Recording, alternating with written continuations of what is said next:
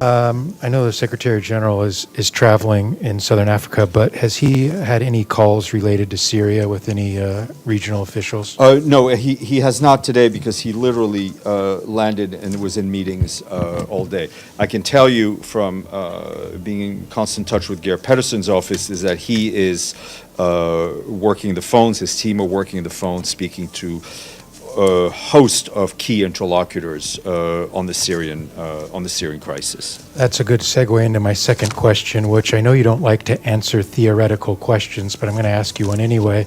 If the Secretary General was to receive a call from Mohammed al-Julani, the head of HTS, would he take the call? It is a hypothetical question, which I won't answer fully, but I can tell you that the Secretary General and his team will do whatever they can to engage with key interlocutors in Syria, outside Syria, to help the Syrian people find their own path forward in building a country that is inclusive, that is respective of the rights of minorities, that is respective of the rights of women, and put Syria back on a bright future. Deji. Yeah, follow up on Syria too. So the Secretary General obviously had yet no plan to have phone calls so far, but has Geir Pedersen had phone calls with the transition body of Syria? I can tell you that Geir Pedersen's or anybody. People from his office have been in touch with the people who are currently in power in Syria. But is that contact in operational level or senior level? I mean, it's not on a social level. Everything's on an operational level. Or you mean like who's spoke? Yeah. I don't have the level of who was on which end of the phone. And as I know, there's a surge of a price of a product price in Syria. How would that affect the humanitarian operations for UN? Well, first of all, it's going to impact the Syrian people very negatively, and we're already seeing, according to our colleagues, some price in key staples. I mean, it is not uncommon in these types of situations.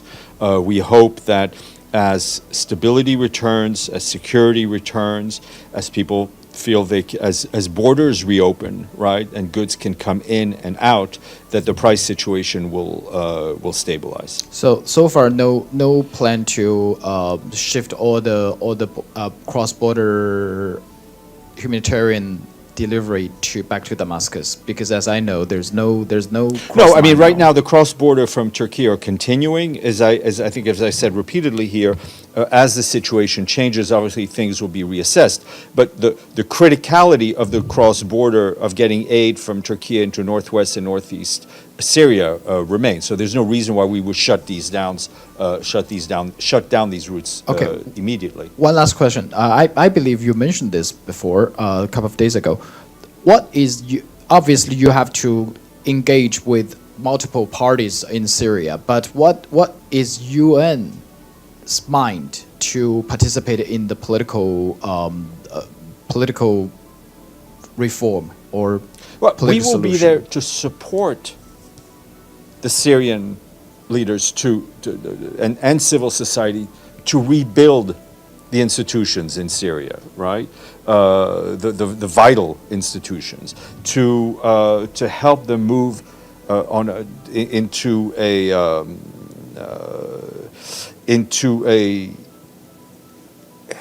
a Syria where there is public order, where there is freedom, where there is guarantee of rights of minorities. We will do whatever we can to be helpful, and that's exactly what Mr. Pedersen is doing.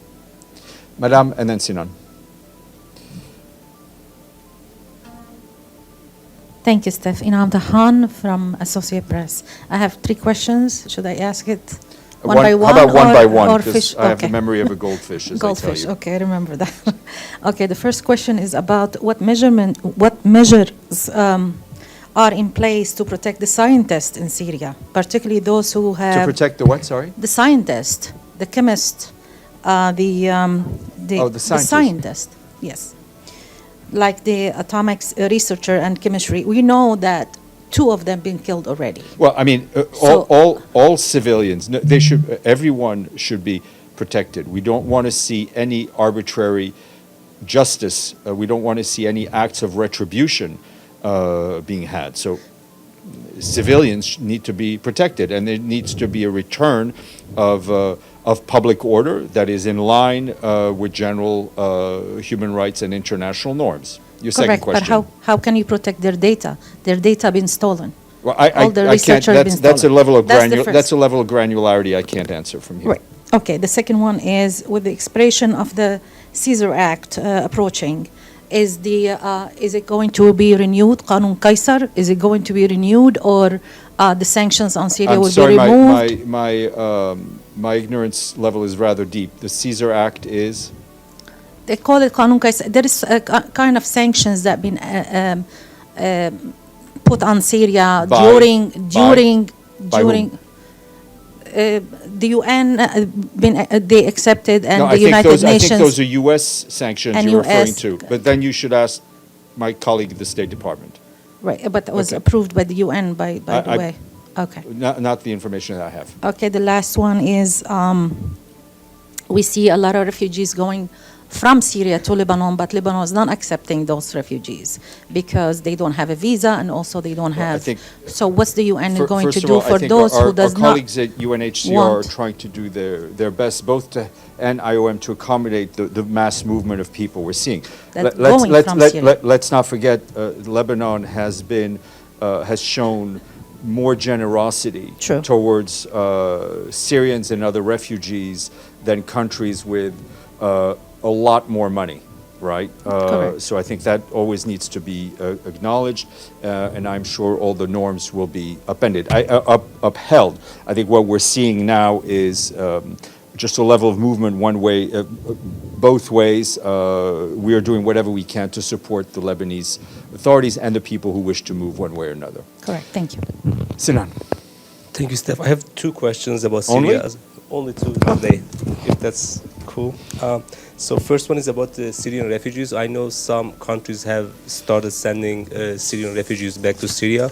So I wonder if you have any update. Is it safe for them to go back now, or is there a time frame? Also, does UN have any plan for that? Look, I think, first of all, no refugee can be sent back against their will, right? There should be no forced repatriation. I think what we're seeing events unfold very quickly. So almost every family's individual circumstances will be different depending on where they want to go back. I don't think one can make a blanket statement of whether it's safe or not safe to go back. A lot of people are returning on their own. I mean, we've seen it on television. What is important is that people's rights be respected and their dignity be respected. Okay. The second question is, you mentioned that Secretary General is more hopeful after regime collapsed. And my question is now, HTS, which is affiliated with the Al-Qaeda, took the control of the country now. Is he concerned about that? How concerned he is? Look, I mean, I think the situation is what it is, right? We have to deal with the situation in front of us. We've heard the statements made by the leadership in Damascus that were conciliatory, especially towards minorities. It is important that the future government and the future framework of a government for Syria be representative of the people of Syria, that the people of Syria, regardless of their religion or their ethnic group, feel they are recognized in those arrangements, and we will do whatever we can to support the people in Syria.